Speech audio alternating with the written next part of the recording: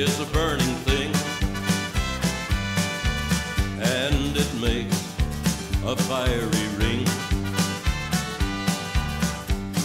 Bound by fill that and then re-sand it and then coat it and try to bring it back.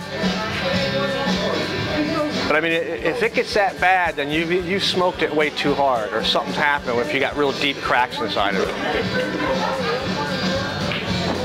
If anybody's into silver, I know Jim hates it, but I like sterling a lot. It's good, and there's a couple different things that are great for silver. One is Simichrome. It's a paste, works fantastic. That, and there's a good polishing cloth for silver that works really good. Briar Pipe Wipe's another one. That's supposed to be excellent. This whole rag, yeah, sprayed by that thing like 40, 50 times. Yeah, this stuff's been around for years. It's supposed to be great. It's good stuff. Yeah. Also, Jim has some oil that he experimented with that worked pretty well. I think it's called Obsidian. That oil. Yeah, worked really well. I mean, I had my doubts, but Jim tested it for a while, and it keeps it pretty shiny and black. It kind of retards the oxidation. What about carnauba? Just like bumping on carnauba. I mean, it'll give it a nice shine, but it may protect it somewhat. But this oil seems to maybe penetrate a little bit, and then it keeps it nice and black. Because the worst thing for vulcanite is light, especially like fluorescence and stuff. Have UVA, UVB radiation. That'll screw it up, right? Or real bright halogens, and it turns right away. So, but I've used this a bunch. The one by Dunhill, the paste for this works really well. Yeah, but the same thing. If you let it go too far, you have no choice but to buff it. Because it'll go like a greenish, nasty, and it tastes real funky. Yeah, I've seen some that are yellow. Which is a nice thing about acrylic, which I like, is acrylic always stays black, or whatever color acrylic you get. Years ago, the acrylic mouthpieces were real thick and nasty, but now they're making acrylic mouthpieces nice and thin. Castello's one. Most all the Italian pipes had acrylic. Well, like the old autographs used to use ebonite, but now everything's acrylic from them. So when they go that bad, you use Tripoli or something else? Well, if it goes really bad, there's one even stronger than Tripoli. It's a grayish, greenish compound that takes it off pretty good. Because I bleached a couple.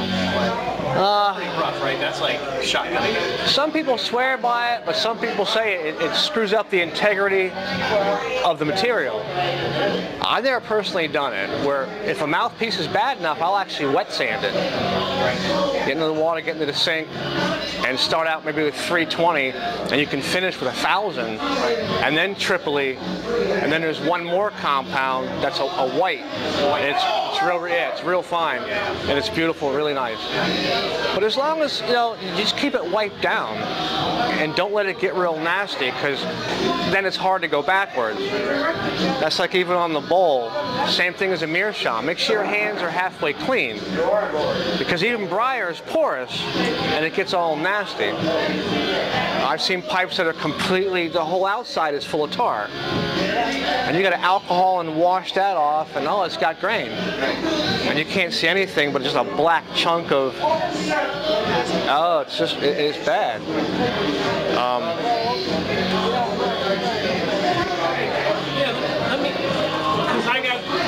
Okay, so when the pipe starts getting black around on the top, yes.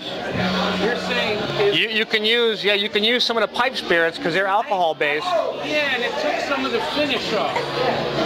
It can. Sometimes you can use saliva too. You can use your saliva and rub it in, it'll take it off. I mean, is that pipe wipe stuff? Now, I think this is more of a wax than it is alcohol to remove. It gives a protective finish. I don't think it's going to remove tar.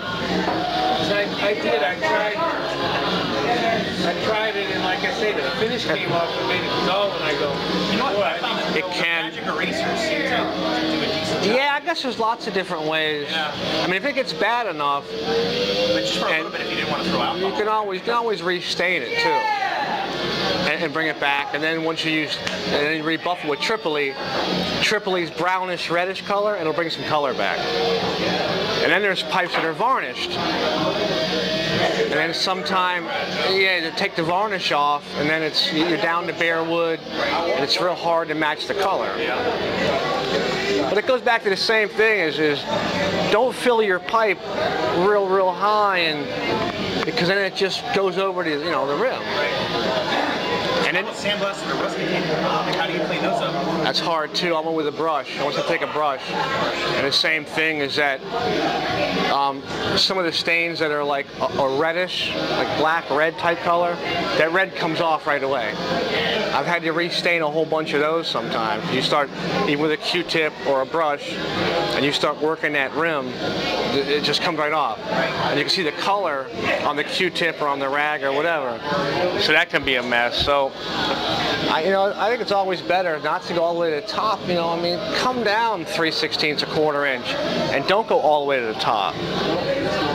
But some of these I've bought they're trash. I bought them just to play with. They're trash. They are. I mean, they take a lot of work, but as long as they're not cracked or and then even lighting a pipe. The way I light a pipe anyway is that only keep the flame on it when you draw. As soon as you stop drawing, take the flame away.